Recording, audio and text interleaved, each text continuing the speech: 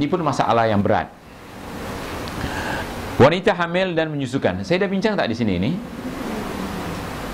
Tak ingat. Kalau tak ingat, bagaimana kena ingatkan semula, kena bincang. Kalau tidak, kita lupa. Ada ibu-ibu mengatakan, Ustaz, saya dah tak hamil lagi. Saya tahu. Dah menopause kata orang. Kemudian ada yang mengatakan, Ustaz, saya tak menyusukan lagi. Tetapi mesti ingat, kadang-kadang kita nak dapat menantu. Mungkin menantu kita tak tahu hukum ni, kita kena ajar.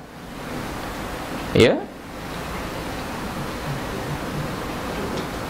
Wanita hamil ataupun mengandung dan menyusukan, jika dikhawatiri menjejaskan janin, yakni kandungan di dalam perutnya, di dalam rahimnya, bayi atau si ibu, maka dibolehkan berbuka. Imam Darqutni meriwayatkan di dalam sunannya, dan dia mensahihkan sanadnya dari Ibnu Abbas, bahwasanya dia melihat Ummu Walid sedang hamil dan menyusukan, maka beliau berkata, engkau termasuk orang-orang yang tidak mampu berpuasa, maka wajib atasmu mengeluarkan fidyah dan tidak wajib qada. Itu di antara lain. Dah keluarkan fidyah, tidak wajib qada. Tetapi kalau kita tanya, sebahagian besar ulama di Malaysia mengatakan wajib qada. Kalau dia mengqada, bermakna bid'ah. Allah tak gandakan, tak didenda orang yang sudah, sebab penggantinya fidyah. Bila sudah diganti, tak akan kena denda lagi. Kalau gitu baik, jangan keluarkan fidyah, terus qada. Ya kan? Kalau sakit? Kalau sakit, ya, sakit yang ditakdirkan tidak akan sembuh sepanjang hayat, maka fidyah sahaja. Begitu juga nanti kita tengok orang tua. Orang tua yang uzur, yang tak mungkin. Ya, kata orang Arab, laita syababa ay ya'uda yawman. Mustahil muda akan berulang satu hari, tak ada. Bila dah tua, dah uzur, dia tak akan jadi muda. Dan dia tidak mampu untuk berpuasa, maka warisnya, kalau dia tidak mampu, mengeluarkan fidyah. Kadar fidyah satu hari 600 gram. Itu kadar fidyah. Nak ditambahkan sekilo boleh? Kalau nak ditambahkan sekilo, itu lebih baik. Betul, itu ke kita meliputi dengan satu hari untuk pemakanan? Di hari dia tinggalkan. Katakan dia tinggalkan 2 hari fidyah. Bukan, dia punya dengan lauk dia ni. tadi dia beras saja.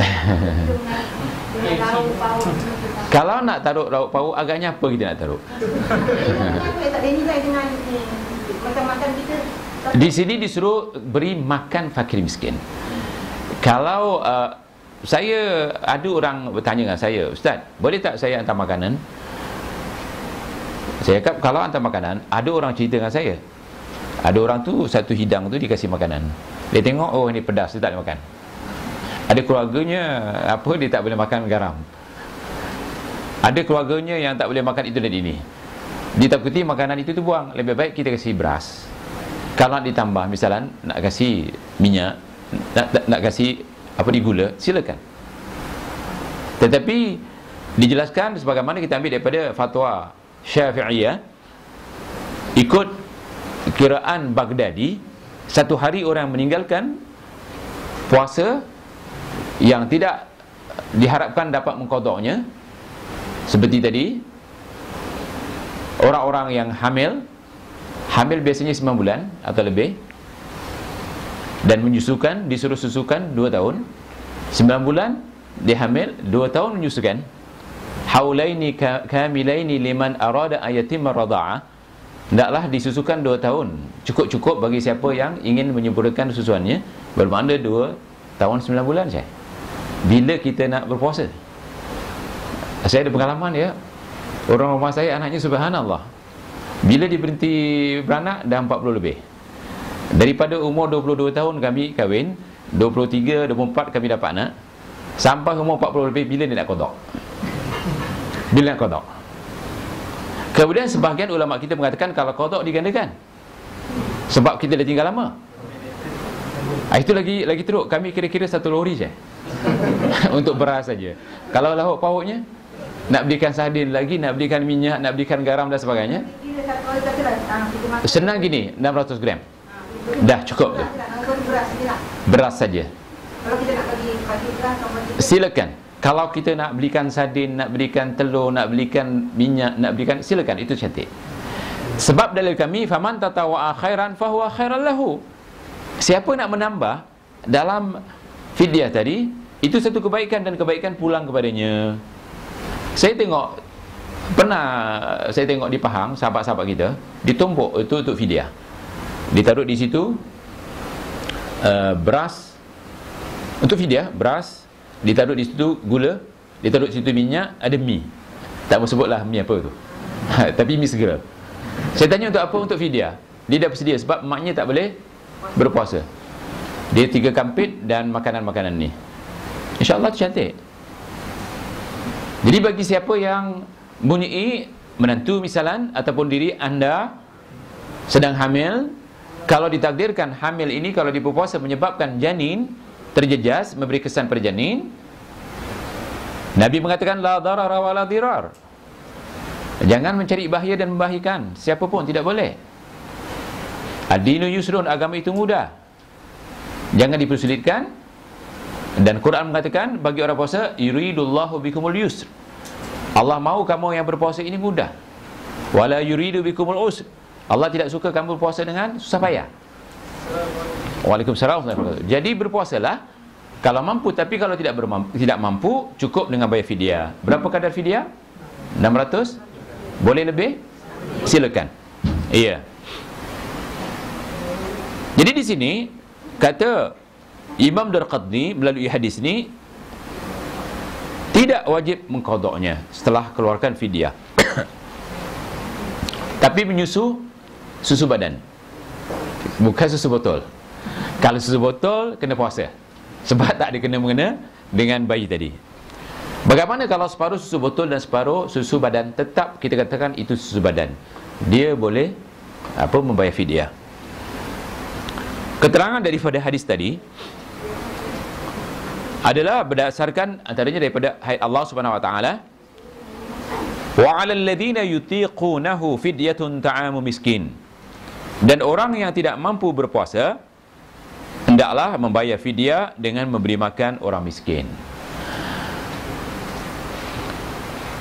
Seterusnya dalam surah Al-Baqarah Allah firman, "Faman kana minkum marida, faman kana minkum maridan aw ala safarin fa'iddatun min ayyamin ukhar." Maka barang siapa antara kamu sakit atau dalam perjalanan lalu berbuka, maka berpuasalah pada hari-hari yang lain. Okey, di sini ada sebut maridah, marid. Perempuan hamil itu boleh dikaitkan dengan ayat ni. Kerana Allah Subhanahu wa taala menjelaskan, lihat ayat Allah Subhanahu wa taala dalam surah Luqman ayat 14. Hamalathu ummu wahnan ala wahnin wa fisaluhu fi amain. Ibunya, yakni ibu yang mengandung, ibunya mengandungnya dalam keadaan lemah ataupun sakit. Marid itu sakit. Wahnan itu lemah, yang berupa sakit kerana menghamilkan bayi atau menghamilkan janin. Yang bertambah lemah, makin besar anak tu bertambah lemah, dan menyusukan dalam 2 tahun. Jadi orang yang hamil dikatakan sakit sebab makin lama makin lemah, makin sakit. Jadi dikaitkan dengan ayat faman kana minkum maridah. Siapa di antara kamu sakit, jadi perempuan hamil dikategorikan sebagai sakit yang mana walaupun dia akan sembuh setelah melahirkan, dia ada tanggungjawab yang lain. Apa tanggungjawabnya? Menyusukan 2 tahun. Ingat dia budak, kalau disusukan sampai 2 tahun itu bagus, sebab tidak ada air susu seperti air susu ibu. Makanya WHO tidak membenarkan pengeluar produk-produk susu bayi, mengatakan sama seperti susu ibu. Tidak boleh sama sekali, mustahil. Bayangkanlah dia ambil daripada lembu dan disamakan dengan susu ibu. Bayangkan, itu susu sesuai dengan anak lembu. Anak lembu saya lain, dia makan rumput, kita makan. Subhanallah. Walaupun awal lembu, awal kambing tidak sama seperti awal susu manusia. Saya tengok ya, susu orang rumah saya, bila anak tu baru lahir, airnya jernih, betul kan? Jernih, tanya muslimah tahulah. Tapi makin lama makin putih, lama-lama betul-betul putih. Mula-mula jernih. Kenapa? Sesuai dengan perut anak yang baru lahir. Jadi kalau boleh ya, kita usahakan, kalau boleh usahakan beri susu badan.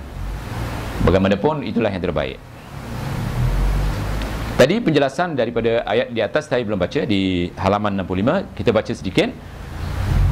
Wanita yang hamil sering menghadapi kepayahan sebagaimana orang musafir.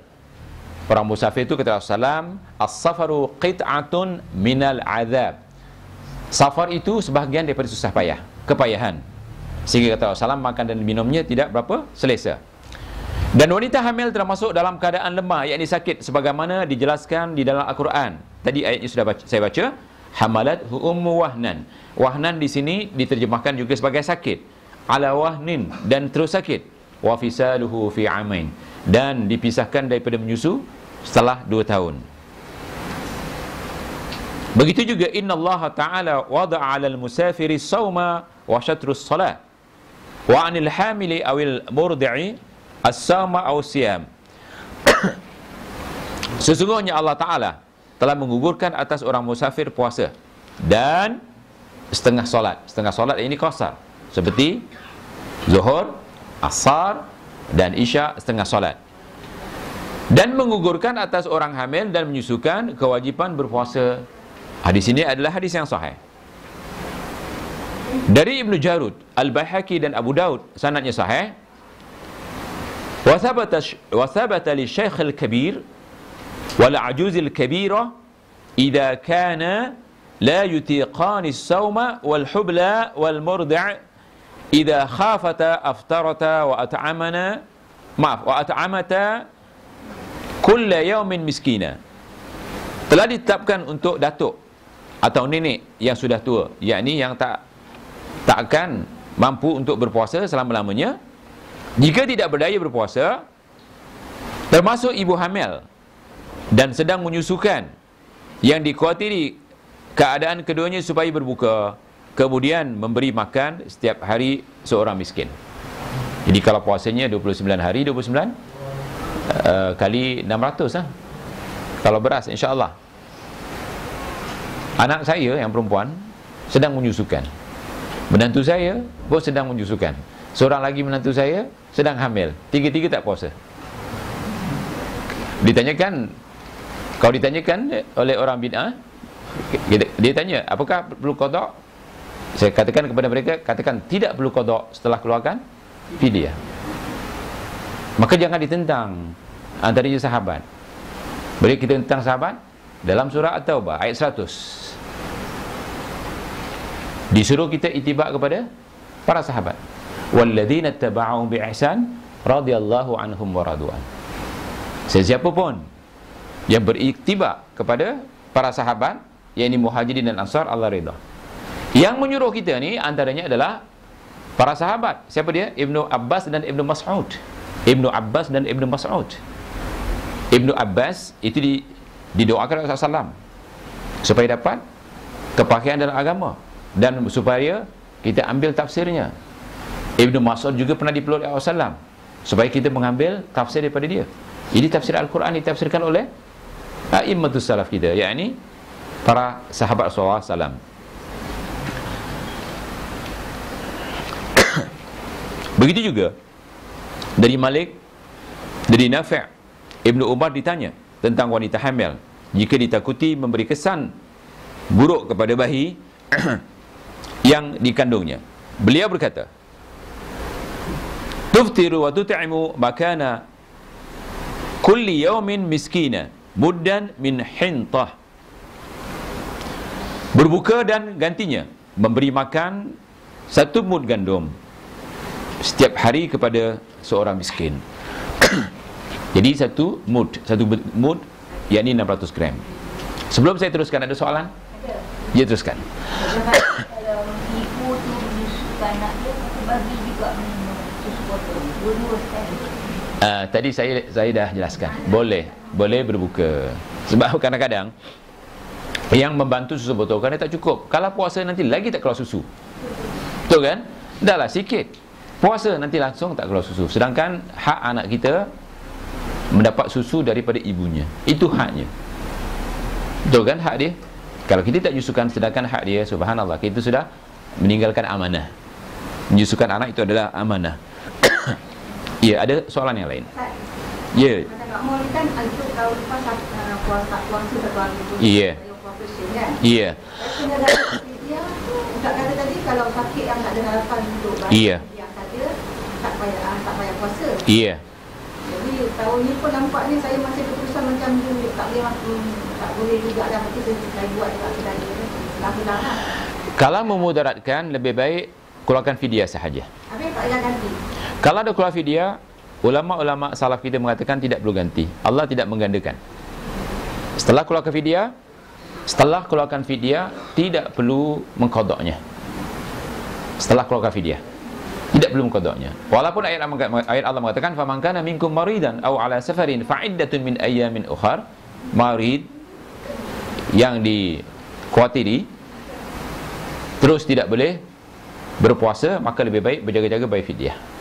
Kalau bayar fidyah, maknanya dah tahu tak dia Allah kaya dah masih tahun 2 ke dia dah hidup, kita nak ganti ke tak payah? Tak payah ganti.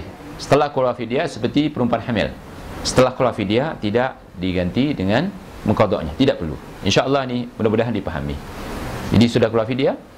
Dah keluar fidyah belum? Kena keluarkan fidyah. Iya. Sebab kalau memudaratkan tidak boleh. La darara wa la dirar.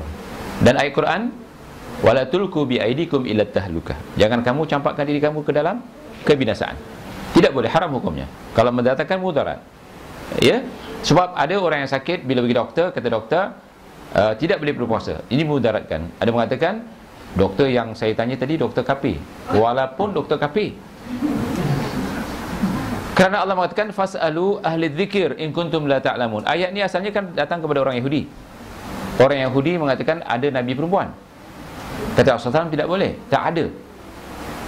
Dia nak menentang juga, kata Rasulullah SAW, kau tanya dengan ketua agama kau.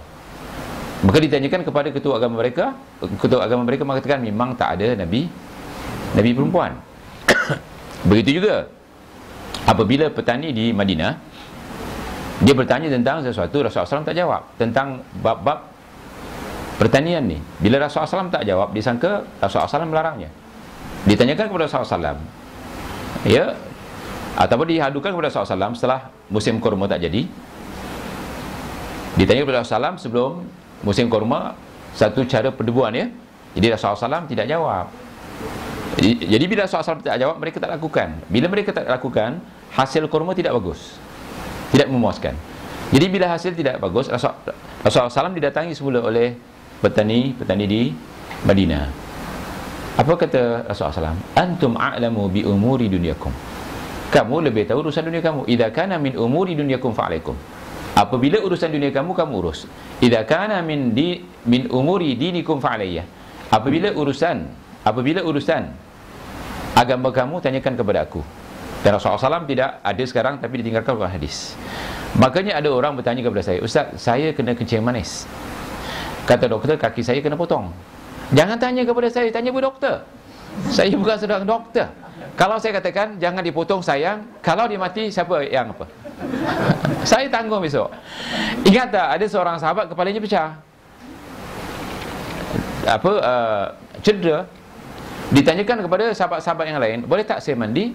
Kata sahabat, tidak ada halangan untuk kau mandi. Bila dia mandi, dia meninggal.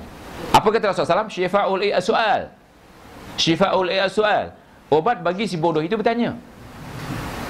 Dia tak bertanya kepada yang alim, dia keluarkan fatwa, mati kawan tu. Buat mana dia bunuh? Kataluhu. Kata Rasulullah, kau sudah bunuh dia, kamu sudah bunuh dia. Begitu juga dalam bahad. Orang tu sakit, boleh tak saya puasa? Kalau doktor mengatakan tak boleh puasa, di sini ulil amri dua, satu urusan dunia yang dikatakan ulama, ya, dan satu urusan agama. Jadi kalau urusan dunia, tanya kepada pakarnya walaupun dia bukan orang Islam. Okey, antum anak-anak kita ni belajar kedokteran misalnya, bukan semua yang mengajar orang Islam. Kebanyakannya kalau di Eropah doktornya orang yang mengajar orang-orang Eropah. Apa? Oh, itu orang kafir, kita boleh ambil ilmunya. Tidak, ilmu dunia daripada mana pun kita boleh ambil. Dalam zaman Rasulullah SAW, berapa ramai sahabat belajar bagaimana membuat senjata daripada orang-orang kafir. Jadi masalah. Rasulullah SAW sendiri, apabila dia wafat, ada hutang baju apa? Baju besi. Daripada mana? Seorang Yahudi. Jadi urusan dunia, kita boleh ambil daripada siapa pun kalau ilmu itu memberi manfaat kepada kita. Jadi kalau ada orang bertanya, boleh tak Ustaz, saya bertanya kepada doktor tentang penyakit saya ni, tanyakan kepada doktor, kami bukan bidangnya, ya kan? Jadi antum jangan beri fatwa dalam hal dunia kalau bukan bidang antum, sebab antum boleh memudaratkan kepada yang lain. Jadi ini jawapan saya bagi siapa yang bertanya tadi, boleh tak saya berpuasa? Kalau doktor mengatakan tidak boleh berpuasa, kita dengar cakap doktor, sebab disuruh oleh Allah, apa dia? Fas'alu ahla dzikr in kuntum la ta'lamun. Tanyalah kepada pakarnya jika kamu tidak tahu. Okey, kita teruskan. Di halaman 69, Ibnu Umar berkata, Al-hamil wal murdi'u tuftiru wala taqdi. Wanita hamil dan menyusukan boleh berbuka dan tidak mengqada puasanya. Tidak mengqada puasanya. Berbuka tidak mengqada dengan sebab dia membayar fidyah. Wanita hamil bertanya kepada Ibnu Umar radhiyallahu anhuma, beliau menjawab, aftiri wa at'imi an kulli yaumin miskina wala taqdi. Berbukalah dan berilah makan orang miskin setiap hari dan tidak perlu mengqada. Seterusnya, anna bintan lahu kanat tahta rajulin min Quraisyin wa kanat hamila fa asabaha 'atash fi ramadhana fa amaraha an tuftira wa tut'ima an kulli yaumin miskina. Anak perempuan Ibnu Umar adalah isteri seorang Quraisy, dia hamil dan kehausan ketika berpuasa Ramadan. Ibnu Umar memerintahkan agar berbuka dan memberi makan fakir miskin. Bracket, tidak diwajibkan mengqada. Menurut Ibnu Qudamah, seorang ulama, tidak seorang sahabat pun yang pernah menentang fatwa Ibnu Abbas dan Ibnu Umar. Tidak ada ulama yang menentang. Jadi kita yang jahil kediri, kenapa menentang? Jadi jangan ditentang. Ya, kalau ada soalan, teruskan dengan soalan. Kalau ada, insyaAllah. Ya.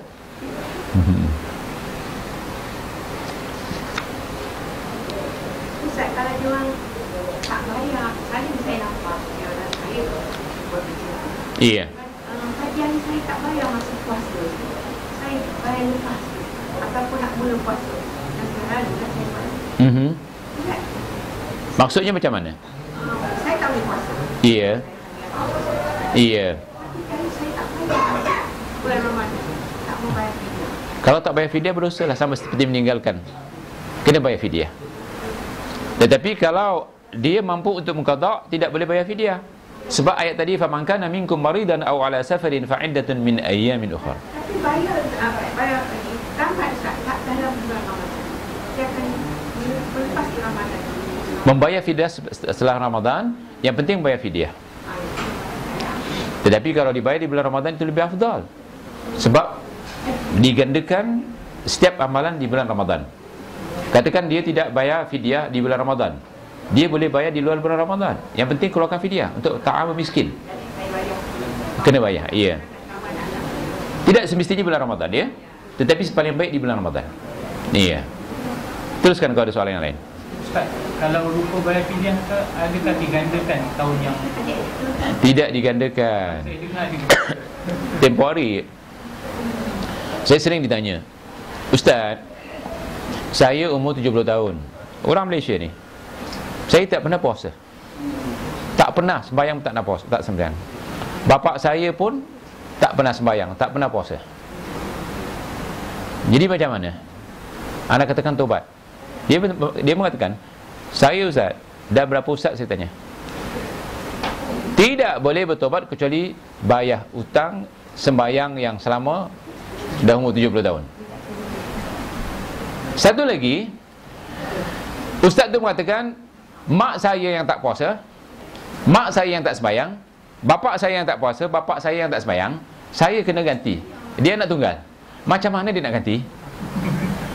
Dia 70 tahun tak pernah puasa. Sejak dia wajibkan berpuasa sampai 70 tahun tak pernah puasa. Tak pernah. Maknya tak ajar dia agama. Tetapi bila terlihat kita punya YouTube, dia terasa untuk belajar. Alhamdulillah, ya, usaha-usaha antum ni masukkan dalam YouTube, dia hubungi saya. Ustaz, saya sekarang nak tobat. Tetapi bila saya tanya kepada ulama-ulama di Malaysia, tidak boleh tobat kecuali dibayar. Kalau 70 tahun, macam mana nak kira? Maknya lebih kurang umurnya macam tu dia meninggal. Bapaknya, dia kena bayar untuk bapaknya, untuk maknya, untuk dia. Macam mana dia nak sembahyang? Akhirnya dia kecewa, dia tak sembahyang. Apabila dia hubungi saya katakan tobat. Dan kita boleh mewakili mak kita untuk mak kita bertobat. Dalam hadis Muslim, bila mati anak Adam, tinggal berapa? 3. Satu daripadanya anak yang soleh mendoakannya. Doa ada satu cara daripada cara bertobat. Berdoa minta kepada Allah, antaranya untuk bertobat, berdoa untuk bertobat. Jadi berdoa untuk mak kita supaya mewakilkan diri kita untuk bertobat untuk bapa kita, untuk mak kita. Quran menyuruh apa dia? Wa qadara rabbuka alla ta'budu illa iyyahu wa bil walidaini ihsana. Lihat penghujung ayat tu. Disuruh wa qur rabbirhamhuma kama rabbayani saghira. Ataupun dalam hadis disuruh kita mendoakan mak bapak kita, rabbighfirli wa liwalidayya warhamhuma kama rabbayani saghira. Katakanlah, wahai manusia, ampunkanlah dosaku dan dosa dua mak bapakku sebagaimana dia memelihara aku semasa aku kecil. Jadi kalau mak bapak kita dulu tak sempat bertobat, maka kita bertobat untuk dia sekarang. Betul kan? Sebab ada dah hadis Muslim, apabila mati anak Adam, idzal matal insanu in khata amalahu kullu illa min thalath. Mati saja seorang insan, maka putus hubungannya dengan semua di dunia kecuali 3. Al-ilmu yuntafa'u bih. Amal jariyah. Yang ketiga, waladun salihun yad'u lahu. Anak yang soleh mendoakannya. Apa itu doa? Meminta. Di antara yang wajib kita minta untuk mak kita adalah pengampunan, iaitu tobat. Mintakan tobat untuk mak kita. Kita wakilnya, memang Allah suruh dalam Al-Quran, dalam hadis. Kenapa kita tak mau minta? Bapak kita dulu tak dapat pelajaran seperti kita, betul kan? Zaman bapak kita mana ada yang dikatakan dakwah salafiyah? Tidak ada. Tapi zaman sekarang alhamdulillah, dengan apa yang kita punya ni, sama ada mak kita masih hidup atau mak kita sudah meninggal, kita wakilkan diri kita kepada Allah SWT untuk minta pengampunan untuk dia, terutama yang sudah meninggal. Oh, ustaz, bapak saya dulu tak pernah sembahyang. Oleh kerana bapak anda tak pernah sembahyang, anda wakilkan diri anda untuk bertobat. Bapak saya tak pernah, memanglah. Sebab dia jahil kan? Jadi bagaimana kita sebagai wakil minta kepada Allah SWT supaya diampunkan semua dosanya. Ingat ya, Allah mencintai orang yang bertobat. Berapa kali yang dikatakan dalam surah At-Taubah ayat 222, innallaha yuhibbut tawwabina wa yuhibbul mutatahhirin. Allah suka kepada orang yang bertobat. Allah cinta kepada orang tobat dan bersihkan dirinya. Jadi wakilkan diri kita untuk mak bapak kita, tobat untuk dia. InsyaAllah ini dapat dipahami. Yang katakan dulu bapak saya tak sembahyang kafir, tapi dia ahli kiblah. Ya kan? Ahli kiblah. Kita tak boleh kafirkan ahli kiblah. Dulu mak saya main tangkal dan sebagainya, kita minta pengampunan kepadanya sebab mak kita tidak faham. Begitu juga bapak kita. Makanya perlunya kita duduk majlis seperti ini supaya jangan sembarangan dalam menghadapi ibadah ni. Jadi orang yang 70 tahun ni setelah nak jelaskan subhanallah, dan kita pernah ada daurah, tanya anak saya. Satu orang umurnya lebih kurang hampir 70. Bila saya jelaskan tentang apa yang saya jelaskan ni, dia menangis di peluk saya. Dia mengatakan, barulah saya jelas. Katanya, hari ini tadilah di atas saya sembahyang. Sebab masa kita ada daurah, tengah hari tu kita sembahyang zuhur ramai-ramai, berjamaah di bangunan tu. Jadi katakan itulah pertama kali dia sembahyang, betul-betul dia rasa husuk sembahyang. Kenapa? Sebab dia dah bertobat. Selama ni dia tak tahu, dia tak mau sembahyang. Kenapa? Kata ustaz tu, tidak boleh sembahyang kecuali bayar dulu. Macam mana nak bayar? Jadi katanya senang. Kalau sembahyang 2 rakaat, niatkan qada sembahyang subuh. Kalau 3 rakaat seperti witir, qada sembahyang maghrib. Kalau 4 rakaat, qada sembahyang yang 4 rakaat. Ini seolah-olah bila orang itu bertobat, tak ada sembahyang sunnah lagi. Qabliyah, ba'diyah semua tak ada. Sebab niat tobat. Subhanallah, inilah kejahilan. Ya Rasulullah SAW sudah khabarkan kepada kita, sayakunu fi hadhil ummah dajjaluna kadzabuna. Akan lahir ulama-ulama yang begitu ramai dalam kalangan umatku di akhir zaman yang dajjal pembohong. Inilah dajjal pembohong. Untuk menyelamatkan kita daripada menjadi dajjal pembohong, kembali kepada Quran hadis. Maka berfatwalah dengan Quran dan hadis, jangan berfatwa ikut perasaan dan hawa nafsu kita. Walaupun silap berfatwa pakai Quran hadis, tetap kita sudah mengajak manusia kepada Quran dan hadis. Tapi kalau tak ada landasannya Quran hadis, itu adalah hawa. Itu hawa, itu satu hawa nafsu yang tidak dibolehkan di dalam Islam. Ya, saya rasa kalau ada soalan tentang puasa, kita teruskan soalan tentang puasa. Nampaknya semua dah pegang buku ni ya. Tempoh hari ada yang bertanya kepada saya, Ustaz, bagaimana tentang keluarkan zakat? Walaupun buku ini ada ulangan di sini, tapi insya-Allah ini ada juga kebaikannya, ya. Minta maaf, ini memang ada terulang di sini. Sengaja saya buat kerana ini ada fadilatnya, insya-Allah. Lihat halaman 112. Cara mengeluarkan zakat fitrah yang bid'ah.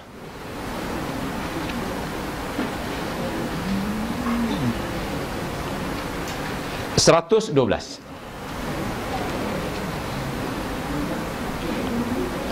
Di atas tajuknya cara mengeluarkan zakat fitrah yang bid'ah.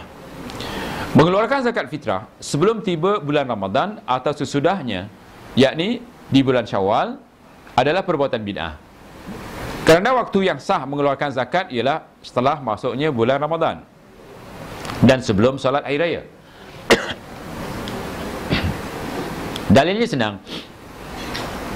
Boleh tak kita sembahyang subuh sebelum waktu subuh? Katakan malas besok nak bangun, tak apalah, lepas sembahyang isyak saya sembahyang subuh. Tak boleh. Walaupun khusyuk macam mana. Begitu juga zakat fitrah, kena tunggu bulan Ramadan. Begitu juga boleh tak saya katakan, oh saya nak sembahyang subuh waktu Zuhur, subuh saya tak boleh bangun? Tidak boleh. Begitu juga kalau orang mengatakan, oh saya tak boleh keluarkan bulan Ramadan, saya nak keluarkan bulan Syawal. Mungkin pada bulan Syawal banyak collection, mungkin. Itu juga tidak boleh. Kena keluarkan dalam bulan Ramadan. Apa dalilnya? An Ibn Abbasin qala An Ibn Abbasin qala man addaha qabla as-salat fahiya zakah maqbulah wa man addaha ba'da as-salat fahiya sadaqatun minas sadaqat. Dari Ibnu Abbas berkata, barang siapa yang menunaikan zakat sebelum solat hari raya, maka zakat tersebut diterima. Dan barang siapa menunaikannya selepas solat, maka ia adalah sebagai sedekah, sebagaimana sedekah biasa. Yang ini bukan dikira zakat. Abu Hanifah membolehkan makanan ruji, makanan utama, yakni makanan asas atau utama yang mengenyangkan, digantikan dengan wang sebagai pengganti membayar zakat. Ingat ya, fatwa Abu Hanifah bukan sembarangan. Ada riwayat mengatakan pada masa itu negara memerlukan wang, Baitul Mal memerlukan wang, maka digantikan zakat fitrah ini dengan wang. Tetapi Imam Syafi'i rahimahullah mengatakan tidak boleh dengan wang, sebab zaman Rasulullah SAW ada wang, ada duit. Zakat wang, zakat duit, zakat amwal sudah ada. Dan Rasulullah SAW tidak pernah mengeluarkan zakat fitrah dengan duit. Begitu juga sahabat. Jadi bagaimana kita boleh gantikan dengan duit? Kecuali kalau negara memang memerlukan duit, perang misalnya, maka kita ati'ullaha wa ati'ur rasulah wa ulil amri, pemerintah. Tetapi dalam keadaan pemerintah kita tidak memerlukan masih boleh bertahan, maka kita boleh kembali kepada yang asal. Apa dia? Makanan ruji. Jadi berjaga-jaga kita. Kerana yang paling afdal kita kembali kepada salaf kita. Siapa salaf kita? Rasulullah, sahabat, tabi'in dan tabi'ut tabi'in. Mereka mengeluarkan zakat fitrah dengan makanan utama. Jadi antum di sini, berapa kadarnya? Berapa kadar yang perlu kita keluarkan? Berapa timbangannya? Berapa beratnya? Cuba lihat. Namun Imam Syafi'i mewajibkan zakat fitrah hanya dengan makanan utama seperti beras. Lihat dalam Al-Um, dalam Muhazzab, Sarah Muhazzab, dalam Nihayatul Muhtad. Ini dijelaskan oleh Imam Syafi'i. Imam Syafi'i tak kompromi. Dia mengatakan tetap dengan makanan utama. Ataupun gandum atau kurma sebanyak 1 sa' setiap seorang. Kadar timbangan 1 sa' bersamaan dengan 2,5, 2,5 kg. atau 2.7 atau sehingga 3 kilo. Ikut apa? Ikut gantang Baghdadi. Dan satu lagi anda nak ingatkan kepada antum, kalau kita makan beras grade apa, grade A, jangan kita keluarkan yang grade C misalnya. Kerana dalam hadis Allahu jamil yuhibbul jamal, Allah itu cantik, dia suka yang cantik. Jadi besok kalau keluarkan zakat, kita beli beras yang kita makan, cari orang miskin. Cari orang miskin. Dan orang miskin kalau boleh orang yang paling dekat kekerabatan, kekeluargaan dengan kita. Kalau kita tak jumpa, kita cari kawan kita yang paling susah, ataupun jiran kita. Kalau tidak jumpa, kita amanahkan. Boleh tak kita mengeluarkan zakat untuk luar negeri? Boleh. Kerana Umar bin Abdul Aziz menghantar amirnya ke Afrika. Sampai di Afrika, tidak ada orang yang nak terima duit zakat ni, tapi ditukar kepada membebaskan hamba-hamba yang mukatabah, yang berjanji dengan tuannya untuk membebaskan dirinya kalau ada duit. Maka zakat itu diberikan kepada hamba-hamba yang ingin membebaskan dirinya. Jadi di sini saya mintalah kalau boleh tahun ni kita keluarkan zakat ikut sunnah, keluarkan zakat fitrah dengan beras. Tapi saya tidak tentang yang mengeluarkan duit diberikan kepada pemerintah, kepada ambil-ambil yang ada. Ya, saya ada hak untuk komen ya. Walaupun nanti dia masuk dalam YouTube. Kadang-kadang kita beri kepada amil duit zakat ni, ke mana duit tu? Saya nak tanya ke mana? Jawapannya saya tidak tahu. Amil tu juga tidak tahu. Betul kan? Sampai ada seorang miskin, dia bila datang ke rumah saya, kita kasih beras. Separuh orang amarkan saya zakat harta, kasih beras, kasih duit. Dia agak sedih. Kenapa? Ustaz, saya pergi jabatan, tak tahulah jabatan apa dia pergi, tapi untuk minta, dia punya hak, isi borang dan sebagainya. Dia punya duit habis untuk taksi. Dapat tak seberapa, dia tinggal jauh. Bayangkanlah daripada Pontian ke Johor Bahru, berapa taksinya? Pergi balik berapa? Hari pertama isi borang, hari kedua datang belum sampai masa, hari ketiga baru dapat duit berapa, tak berapa sen. Jadi singgah ke rumah saya, nah dia punya taksi, saya cakap ambillah berapa banyak beras dan tolong bagikan kepada kawan-kawannya yang miskin. Dan kita kasih lagi tambang taksi. Subhanallah. Ini lebih afdal daripada kita tak tahu ke mana duit kita bila kita keluarkan zakat. Ya kan? Dan saya syorkan supaya keluarkan zakat lebih awal. Sebab apa lebih awal? Walaupun ulama salaf sebahagian mengatakan penghujung, tapi bila penghujung, katakan saya diamalkan untuk membagi beras kepada orang miskin. Kalau ada penghujung, saya nak kasih siapa? Orang miskin dah balik kampung. Tetapi kalau yang miskin ini awal datang, katakan kita beri lebih awal, sekurang-kurangnya budget beras dia boleh digunakan untuk kegunaan lain. InsyaAllah ini dapat dipahami. Jadi kalau boleh tahun ni kita keluarkan makanan utama, ini beras, berikan kepada fakir miskin. Begitu juga zakat harta kalau diberikan kepada orang miskin, terutama keluarga, itu cantik. Cuma juga saya pengalaman, jangan katakan kepada keluarga kita, ini zakat saya kepada anda. Misalan, ada orang yang saya kasih zakat, ini dulu pengalaman, ini ada orang kasih zakat diberikan kepada anda. Orang Melayu ada satu istilah, biar papa asal bergaya. Dia boleh bantah, miskin sangat ke aku? Kita tahulah anak-anak dia sekolah dengan anak-anak. Anak tanya dengan anak-anak, siapakah kawan-kawan yang pergi sekolah tak pernah bawa duit belanja? Bermakna susah kan? Orang semua makan, dia menyuruh tak belanja. Kita tahu boleh susah. Bila kita pergi ke rumahnya, memang anaknya subhanallah bukan sikit ramai. Memang hidupnya susah. Sewa pindah-pindah. Kenapa? Tak bayar duit sewa. Jadi bila kita bagi, rupanya dia pun masih bergaya lagi. Apa katanya? Miskin sangat ke aku? Sedangkan diburu tukang sewa. Sebab dia tak bayar sewa. Jadi kalau kita nak bagi, itu pengalaman anak, kita katakan ada orang bagi-bagi beras. Habis cerita, dia tak tersinggung. Ataupun ada orang bagi-bagi duit. Sebab ijab kabul tidak ada di dalam keluarga zakat. Yang penting innamal amalu binniat. Niat kita penting. Sekarang ada dialog kan? Itu dibuat-buat. Susahnya. Kalau dulu di tempat anak di Singapura atau di Johor Bahru, itu di tepi jalan ada beras satu gantang kat besen begitu. Jadi bila nak keluarkan zakat, kita beli beras tu. Bila dah beli beras, kita serahkan. Ini zakat saya. Jadi beras tu main apa? Main tolak-tolak begitu. Saya beli, saya jual. Saya beli untuk keluarkan zakat, dikasih kepada Amil. Maka 7 kali dicium beras tu. Kalau anaknya 7 orang, dia ambil, dicium. Saya tengok sendiri. Kalau anaknya 10 orang, 10 kali dia ambil, dicium 1, 2, 3 sampai 10 kali. Ini wakil untuk anak-anak 10 orang. Ini bid'ah. Dalam Rasulullah ada. Bagaimana kalau tepung dicium macam tu? Dia ambil tepung, dicium. Apa disedot? Sebab orang tak semua makan beras, ada makan tepung. Allahu Akbar. Tapi sekarang dah tak ada, sebab Jabatan Agama tidak. Sebab bila beri zakat kepada orang seperti itu, Jabatan Agama tak dapat. Sebab apa? Diambil oleh orang yang dulu tu berjalan zaman Nana ada, tak tahu sekarang kenapa tak ada. Mungkin Jabatan Agama tak izinkan ya. Ada dulu zaman Nana.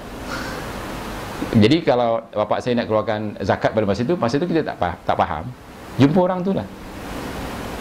Dan kalau kita keluarkan zakat, saya katakan kalau boleh ikut jenis makanan beras yang kita makan, insya-Allah itu lebih afdal. Ia ada soalan yang lain.